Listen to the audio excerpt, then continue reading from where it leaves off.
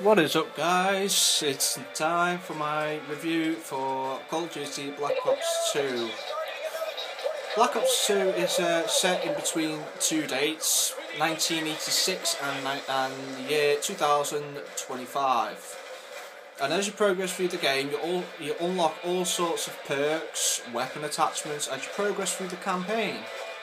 And as you progress through the campaign, the more weapons you unlock, the more weapons you unlock, the more perks and more attachments for your weapon, the better you have at surviving this war.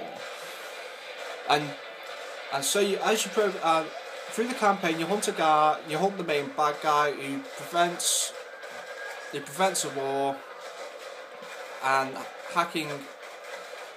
also hacking computers for your drones.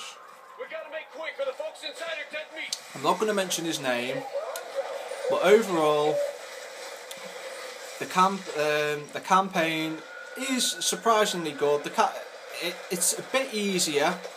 The difference is, as you progress through the campaign, you basically, like I said, you unlock loads of cool new stuff. And how was that? LMG. That doesn't matter. I mean, I've completed the game, so it doesn't really matter if I die. Not many times, but I try and stay alive as I progress through the game. And the campaign, to be honest,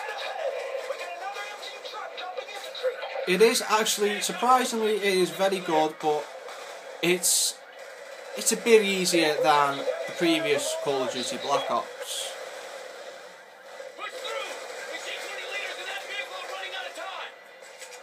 And there's more weapons you unlock. Once you've completed the campaign, you can replay through all the levels to collect your intels.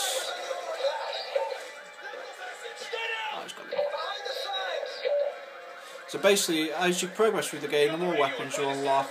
You can actually, once you've completed the game as well, you can actually select the weapons from the past to play in the future. I mean, obviously, I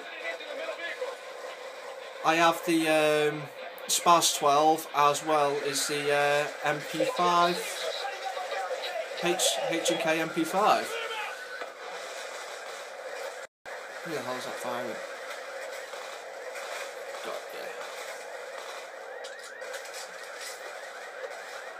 Is he down? Yeah.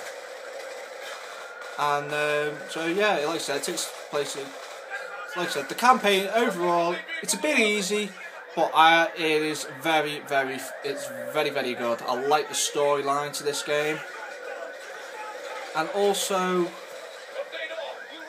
with the return of the multiplayer, which was really bad. And so yeah, the multiplayer for this game is really bad. And with the return of the combat training, if you're new to Call of Duty, you can actually go on the combat training and go against bots and friends on split screen. And there's all sorts of challenges that you can do throughout the campaign as well, which I haven't done yet, but I will get to them eventually. But overall, the campaign is very good. It's a little bit easy, but overall, the campaign is very good. I found the campaign, to be honest, to be better than the multiplayer. And but with Call of Duty Black Ops, if I want to go for the difficulty setting, I mean, I've completed this game on veteran, and I've completed Black Ops on veteran as well. And to be honest, I found Black Ops a bit more challenging to this one. So that was like the downside, because you want to go on the hard mode, you want a big challenge, you go on veteran and you're gonna get a big challenge. But for Black Ops 2, you can you'll get it done in no time. Overall, the campaign you'll have it completed within 6 hours. Depends how you play and how quick you go through. Also, the return of the combat training as well, which I've mentioned. So yeah, combat training is very good. It's also very good for people who have not played Black Ops 2 yet. That'll be, and you've never, or if someone's getting the very first Xbox for the first time, or Xbox for the first time, or something like that, then it'll be great. It's a great ideal. But overall, I prefer the combat training over to the multiplayer, because you get the same stuff. You get your you got your campers. Spawning in the middle of a battle is also like not very good either, because usually in the previous Call of Duties you spawn at a safe distance and you get ready to go back into the battle. But if you spawn in the middle of a war zone, you're going to get shot straight away. So not unless they patch things up. I've played the multiplayer for this once. I spent a good half an hour on it, and I am not going to play the multiplayer for this. I'm not going to be playing the multiplayer. To be honest, I'm not going to play the multiplayer unless they fix this patch for the multiplayer. I am not going back on multiplayer again. Not unless you fix the patch. I'm not going back on the multiplayer, because the multiplayer is just really bad. But I usually, if I got a friend round, or if I got a family member round, or a friend or anything like that, or go around my mate's house, then we'll obviously jump on combat training. I've got this on Hardened as well, so I didn't want to do it on Veteran, because I did the Veteran campaign. The amount of times I died is just, the amount of times I've just died. I've never died. I've died, to be honest, when I've died in a Call of Duty game, I've died more in Black Ops than this one. So I didn't want to